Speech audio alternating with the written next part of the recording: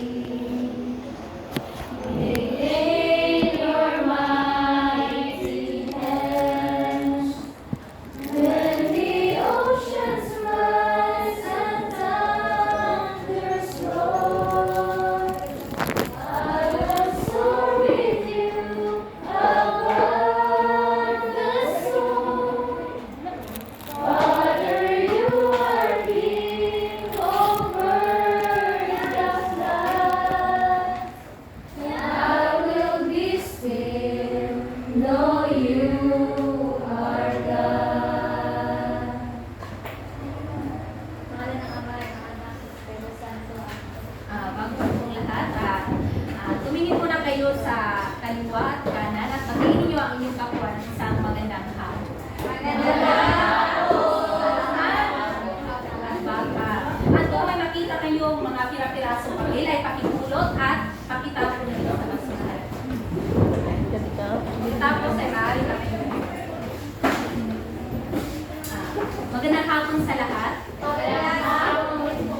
Bago tayo magsimula ay magkaroon muna tayo ng mga kasunduan. Ano ang inyong gagawin kapag ang inyong guro ay nagtuturo dito sa harapan? Mary Joy? Makinig ng mabuti po. Tama. Kinakailangan kapag ang guro nagtuturo sa harapan ay makinig tayo ng mabuti upang may matutunan tayo. Ano naman ang inyong gagawin kapag ang guro ay may mga katanungan? Ano ang inyong gagawin? Janet? Magaling. Taas lamang ang kanan o ang kaliwa.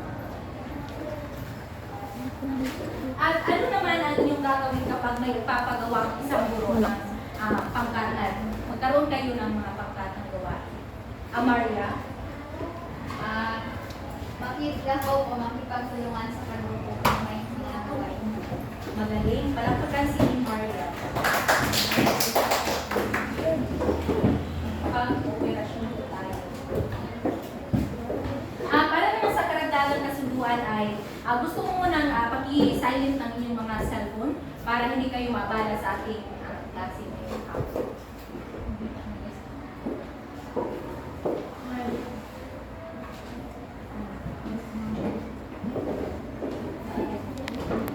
Mayroon pang liban ngayon sa ating klase.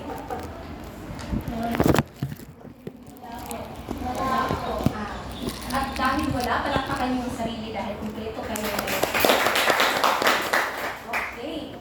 Sino ba ang nakakaalala sa ating mga tinalakay noong nakaraan? Geraldine? Pinalakay ko natin minsan hapon ay tungkol po sa pag-uwi at mga uwi. Palakpakan, ikaw muna, bigyan natin na Coca Club si Geraldine. Alam niyo ba ang Coca Club? Hindi po. Sige, ganito, gayahin niyo ako. 1, 2, Coca, 1, 2, Coca, 1, 2, 3, Coca, Coca. Okay, sabay-sabay. Awag mo na tumayo. Diyan lang kayo sa inyong upuan. 1, 2, Coca, 1, 2, Coca, 1, 2, 3, Coca, Coca, Coca. Okay. At ngayon, magkaroon muna tayo ng laro na kung saan ito ay ipasa mo sa sagutan ko.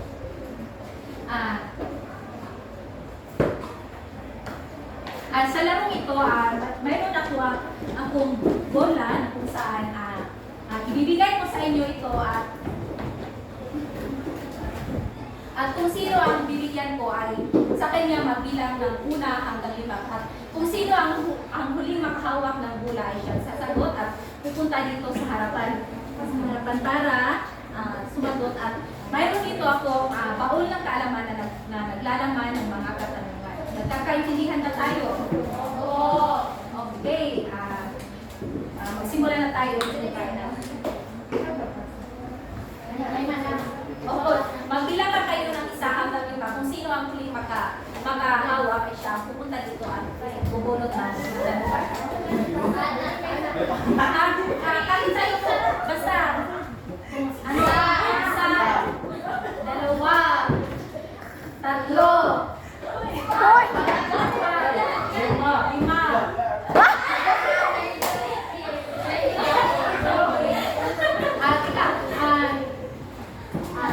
Dahil dyan, hindi na, wag po kayo makalala dahil napapaisi lang po ang ating mga katanungan. At ang pipili lang po kayo dito ng mga sagot na naayon lamang sa ating Panginoon. Halika girl, dahil sa iyo ang minto ang ulam.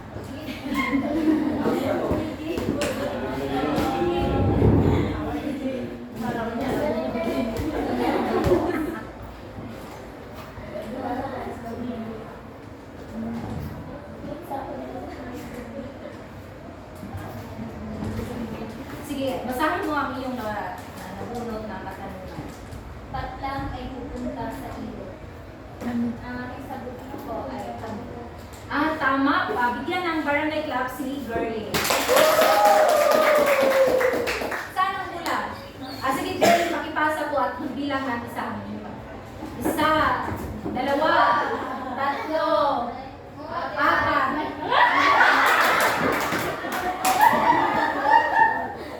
Sige, Christy, halika dito. May food mo din ako. Ito mo kayo. Katawa mo ba? Sige, pakibasa. Sapat lang ang payong na to. Sa kanya. Sa akin ang payong na to. Tama. Bigyan ng palakpak si Christine. Sige, pakibasa ng bola, Christine. Mabilang. Isa, dalawa. Isa, dalawa, tatlo,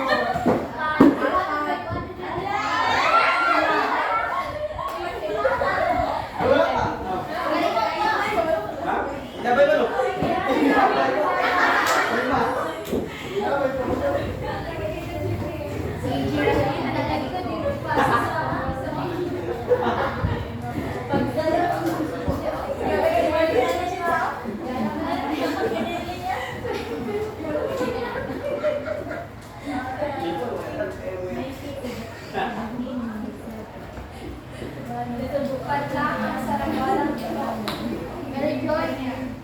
Sa kanya ang saranggolang Joy.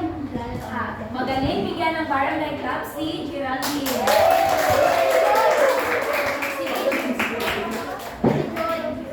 Sige, Geraldine, pakipasa ng bola. Isa, dalawa, tatlo, okay.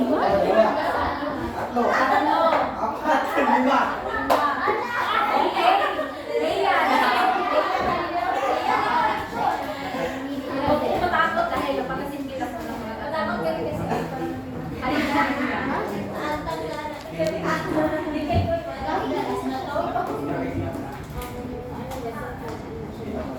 Patlang ang aking kaibigan.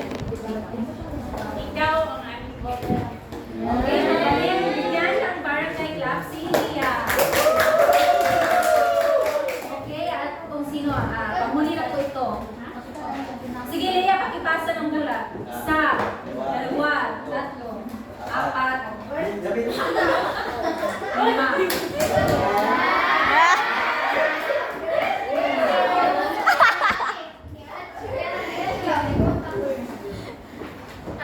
Patlang ay Pilipino. Kami ay Pilipino. Ako. Kami Mangkut. Okay. Ipalakpakan si Sheila. At dahil dyan, hindi na ba kayo kung anong ating lalagayan ng Panginoon? Delphi. Tingin ko ang nalagay namin ay natin na yung hamon ay tungkol sa pansalit. Okay, magaling bigyan ng barangay clock si Melky.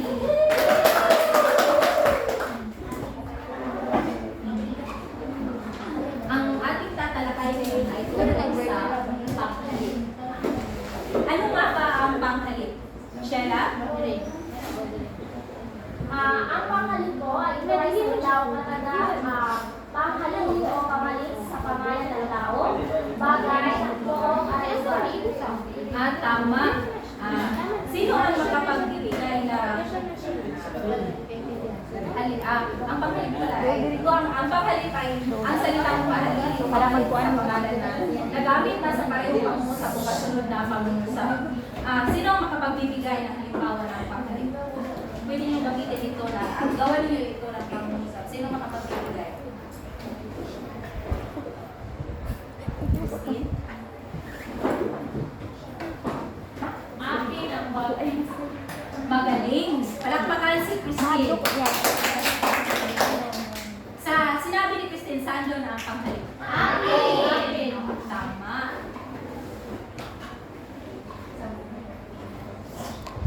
At ngayon, dadako naman tayo sa mga uri ng panghalit. Una, ang panghalit na panao or personal pronoun. Sino ang maaaring lumasa? GB? Panghalit nga panao o personal pronoun ito ay mula sa salitang tao, kaya nagpapaliwanag na para sa tao o ang tao. Ito ay panghalilit sa ngalan ng tao, maaari itong gamitin bilang simulo o taga-unang. Okay. Halimbawa nito, no? Ako, ko, akin, amin, kami, kayo, atin, inyo, mo, siya, kanila, at kanya. Sa panghalit na panahon, napakadali lang po ito, no, dahil ito pinapapaliwanag na sa tao. Sa panghalit na pananong naman or interrogative pronoun. Maria? Ang panghalit na pananaw o interrogative pronoun, ito ay gamit ng pagtatanong tungkol sa tao, lugar, hayop, lugar, gawain, katangian, pangyayari, at iba pa. Okay, Maria, huwag mo lang. Sa halimbawa, magpili ka lang sa at bigyan mo na halimbawa.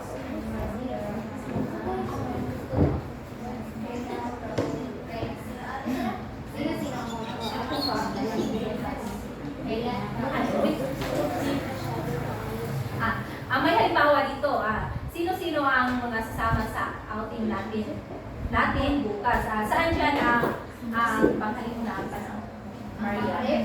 Panghalit na panahon. Panghalit na pananaw sa sino-sino po. Magaling. Palakpakan natin si Maria.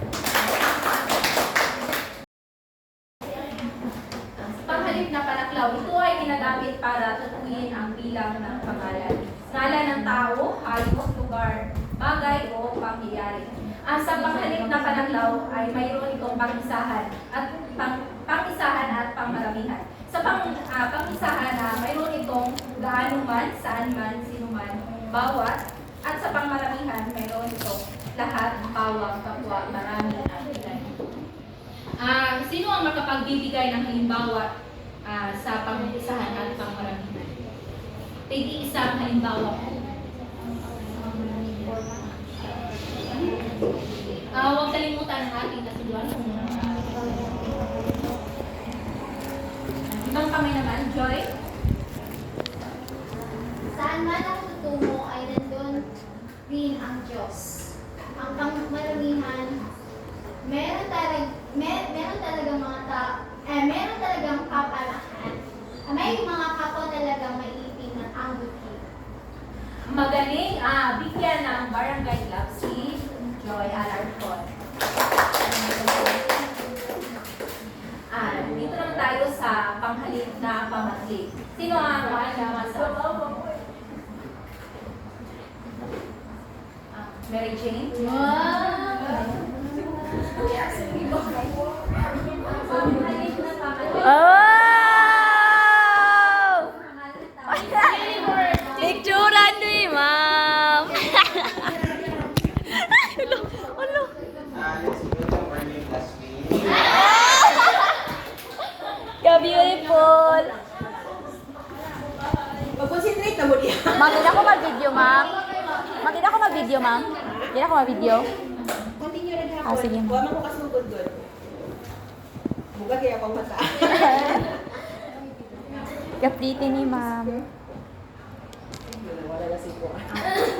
Mary Jane, pakiulit natin. Ang panghalip na pamatli, ito ay ang panghalip na pinapalit sa pangalan ng tao, bagay na itinuturo. Sa halimbawa, saan dyan ang pamatli?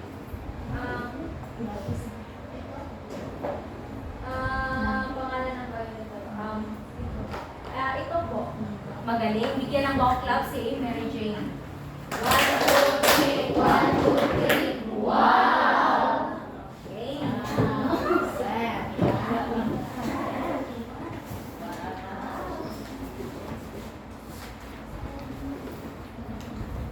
Dahil naintindihan nyo na ang ating tinalakay ngayon ay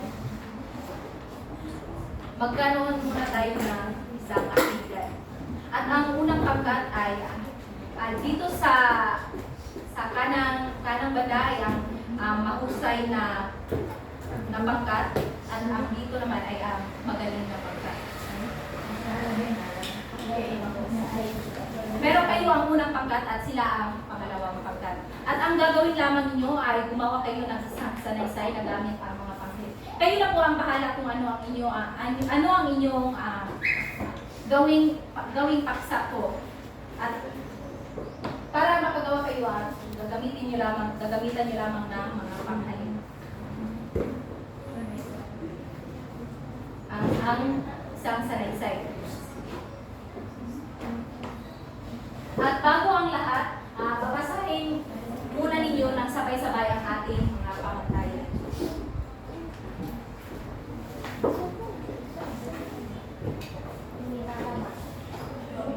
Sabay-sabay po ninyong basahin ang ating pamantayan. Nilalaman na bigay ng buong husay ang hinihingi ayon sa pangkatang gawain, 5 puntos. Ang nilalaman ay may kunting pagbibigis sa dapat na tamang iyon, 3 puntos. Maraming kakulangan, 3 puntos. Presentasyon, buong husay at malikhaing na iulat at naipagawa sa klase, 5 puntos. Naging maligoy sa pagpapaliwanag, 4 puntos. Di gaanong naipaliwanag, 3 puntos. Kooperasyon, naipamalas na buong membro ang pagkakaisa, 5 puntos. May isa o 2 membro ang hindi nakilahok, 4 puntos. Ilan lamang ang sumali, 3 puntos. Oras, nakamit ang pangkat ang 5 minuto pagpresenta, 5 puntos. 5 Wala ng 5 minuto pagpresenta, 4 puntos. Sumobra ng 3 minuto ang pagpresenta, 3 puntos. Okay, dahil po sa ating pamantayan ay pagkatapos nyo gawin ang inyong sanaysay ay pakibasa po dito sa harapan ko. Nagkakaintindihan na tayo. Siya. Maaari na kayo magsimula. Kahit po din, 5 po. Samantalang sa 543. 543. Samantalang sa nakita niya siya dito. Pero that's it. Mali iya ang hindi ba rin?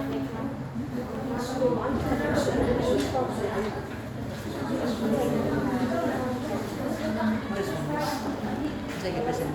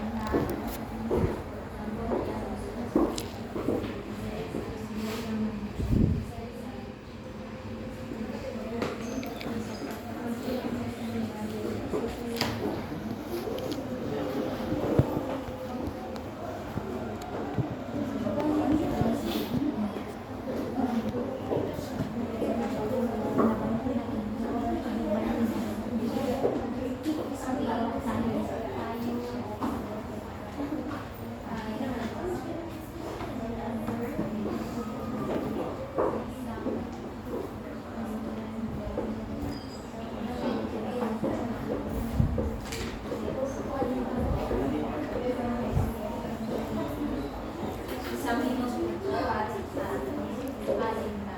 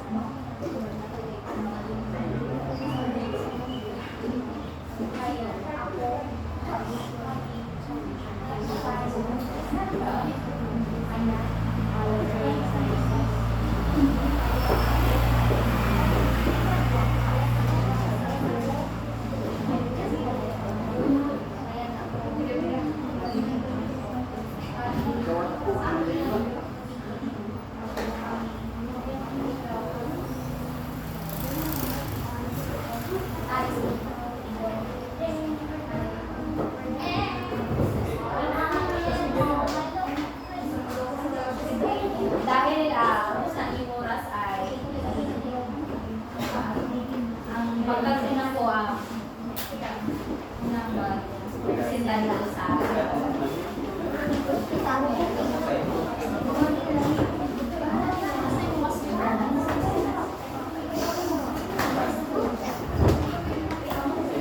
Sige, sige.